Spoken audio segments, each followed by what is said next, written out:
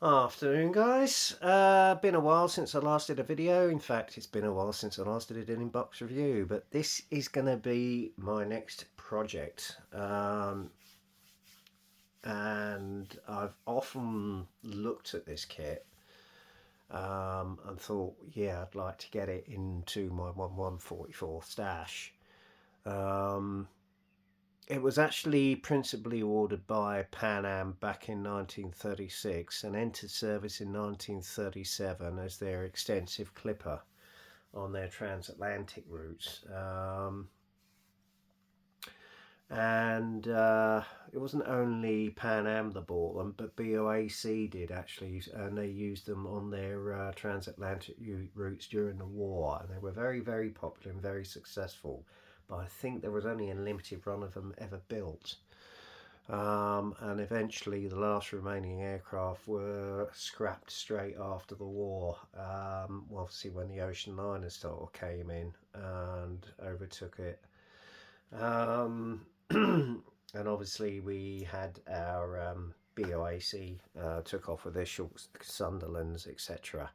So it was phased out. And I think the last examples were scrapped in around about 1959, I think.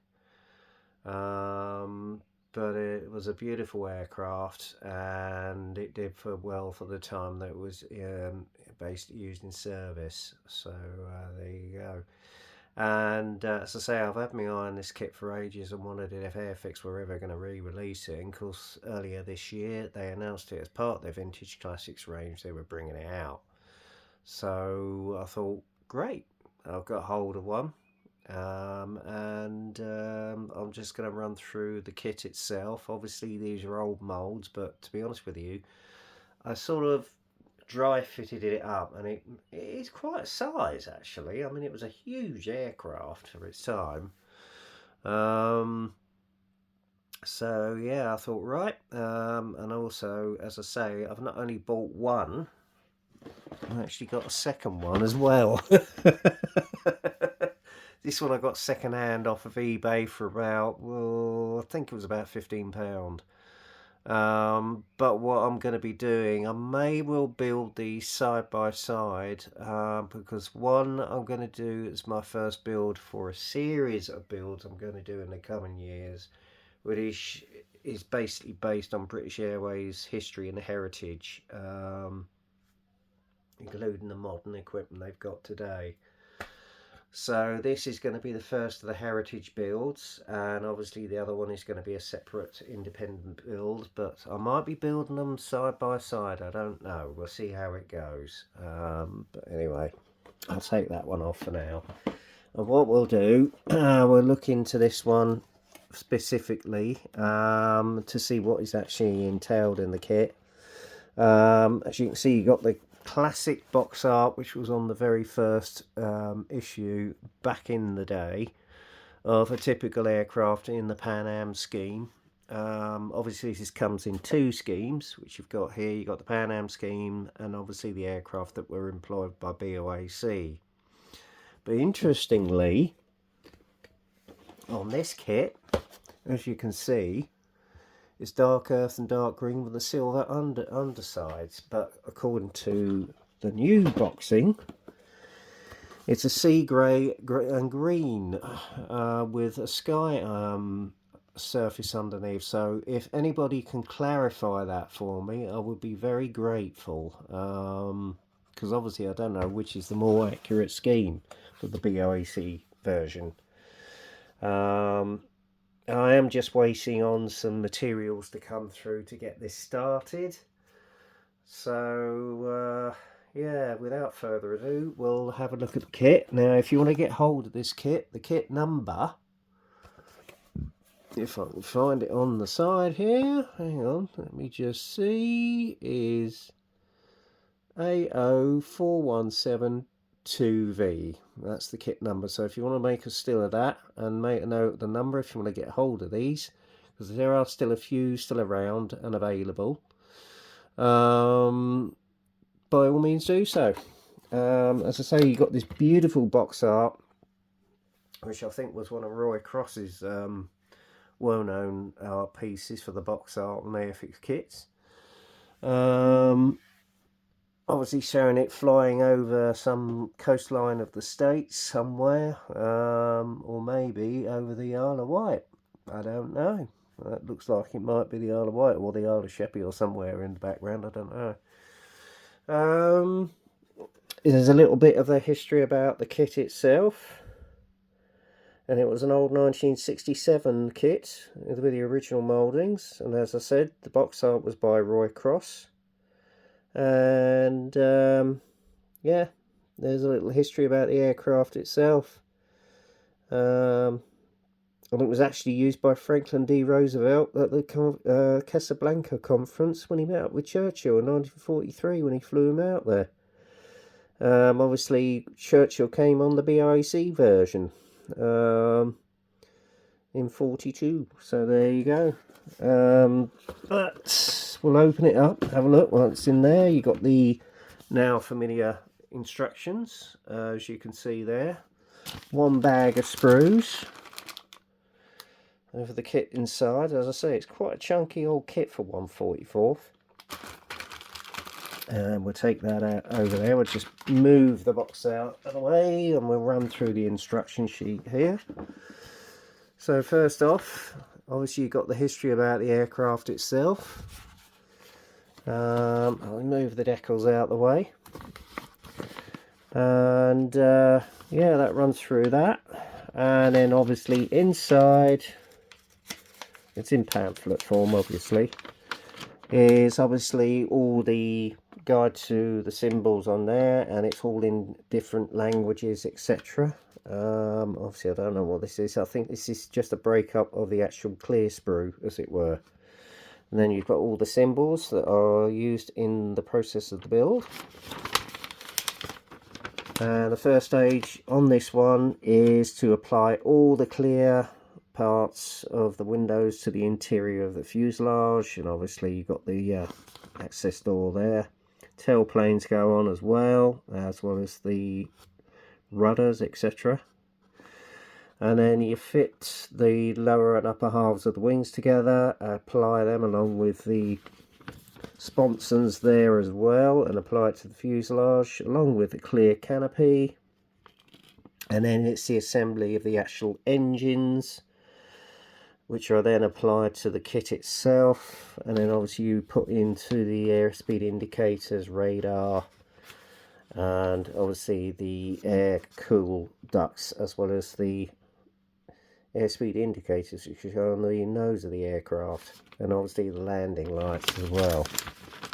And then thankfully, for once, we've actually got a stand with it. You haven't got to buy them separately. And then obviously you've got the assemble kit which goes onto the stand.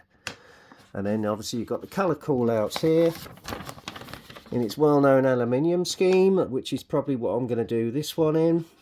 It was actually the one that Franklin D. Roosevelt used for the Casablanca conference in 1943. So there you go. And then on the opposite side, you've got the BOAC version, which was used in the southwest of England in 1941. But obviously, if you can just clarify the colour scheme on this, that would be most interesting, because obviously on the old boxing it's saying dark earth, dark green and silver underside. So not sure which is the more authentic. So if one of you can leave a comment in the comments column, that would be brilliant. Okay, right, let's have a look at the kit itself. First up, it's coming in the familiar grey plastic, which is what all our new releases are in. And obviously there is some raised panel lines with all the actual panels on the front. I don't know if you can see that, guys, but obviously what I'm going to have to do is rescribe them. But it does look a nice kit. I mean, there is a little bit of excess sprue in there, but I'll clear that out with a scalpel, so that's not a problem. But it still looks a good kit. There's not much detail on the inside, but I'll probably just paint that black just to make it look full, as it were, because there's no cockpit or anything like that that fits it. So I might sort of just blank that off with a bit of plastic card or something. But there you go. And then the next part, obviously on one of the sprues, is one of the sponsons, which you can see there. Again, it's got raised panel line details, so I'm going to have to probably rescribe them. Then you've got your engine cowlings and your prop. Okay.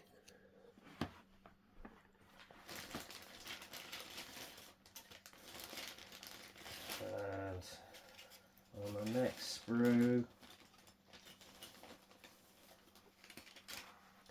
you've obviously got the engines themselves, which you can see there. Not bad detailing for 144 for a kit of its age. Again, there unfortunately are some mold marks on there, so I'll probably have to fill that one and sand them off and rescribe it again. You've got the prop there, and obviously you've got the sponsons, which you're going to have to rescribe again. But that's the way it is. These are old mouldings, guys, so you'll have to bear with them. What else have we got?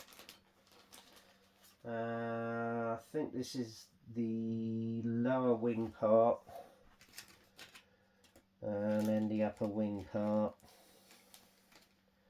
Hang on, bear with me, guys. Hang on a minute. Yeah, I think this is the upper wing. Again, it is sort of raised panel line details on there, so it might be a case of having to rescribe that. Funny enough, these have got recessed where the actual wing elevators are, which seems a bit strange, but there you go. These were early mouldings, and then obviously this is the underside of the wing.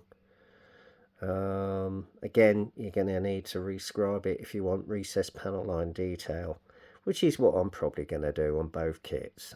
So what else have we got?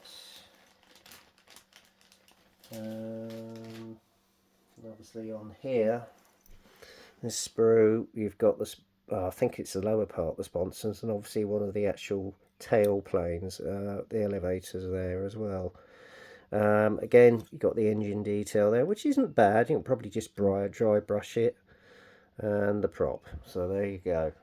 So that's basically the kit. Oh, hang on, I've nearly forgotten the clear parts, so bear with me, guys. And then obviously you've got the cockpit with the clear parts, and obviously the fuselage windows, as it were. As I say, they're old mouldings, and then obviously you've got a separate bag for your stand to put the actual kit on. So there you go. I think one of these I might do is a seascape, actually, which is probably going to be the Boat one. So that's the main sprues of the aircraft. So just put that in there. Sort of just put everything back in the bag, as it were.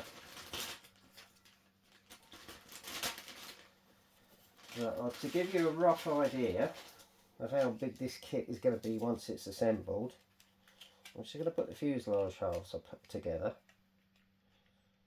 Right. If I can. It's a little bit warped, so bear with me. This will give you a fair idea of how big this kit is, even for 1/44. Very roughly assembling this apart. Assembling this together, so this will give you a rough idea of how big this kit's going to be for 1/44. Yeah, it certainly take up your shelf space. Let's just put it like that. So it's going to be quite impressive, even though it is in 1/144, you know. So to have two of them, well, say no more. So there you get a fair idea of how big these aircraft were, you know. Yeah, and then finally You got your cartograph decals, which are the, I mean, the decals in the other kit are well gone. So what I'm going to do is obviously use the Pan Am decals for the new reissue. And then obviously underneath I've got the spare decals for the Boac aircraft. Where now the only problem is I might have to use the panel lines off the old kit. Or even possibly get some second-hand decals. So we shall see. But yeah, they're beautifully crisply printed, so if you can get hold of these ones whilst they're on the market, by all means do so, before they go off the market and go ridiculous prices again. So that is the Boeing 314 Clipper, and as I say, pretty soon I'm going to be starting on both of these birds, and they should look pretty impressive on the shelf actually once they're built. So that is, as we say, the Boeing 314 Clippers. So yeah, as I say, I shall be building both of these, possibly both at the same time. So there's a challenge for me. Mind you, knowing with me, when I've built projects in the past, I've always got 2 projects on the go anyway. So there you go, guys. I'm looking forward to getting cracking on these actually. I know Pete from Pete's Plastic Playground, he's already built one, or was in the process of building one, and one of his videos I last saw of his. So I saw the size of it and I thought, well, you know what, I think I need to get hold of one of these. And I saw the first one which you got in the box, and then obviously the other one second hand I got for 15 quid. Because the guy was clearing out his old father's dash, who unfortunately passed away. But there you go, guys. That's the end of this first video on the build series of this Boeing 314 Clipper, i.e. the Pan Am one, and then obviously the Brie Heritage build part 1. And as soon as I've got the tools in, I'll get cracking on them. Probably what I'm going to do is post the updates on my Facebook page, which I've actually put up again. Now I'm back on Facebook, so look at that, and obviously I should keep you abreast of how the builds are going. Anyway, in the meantime, enjoy your builds, get kit crazy, happy modelling, stay safe, and I'll speak to you soon. Cheers.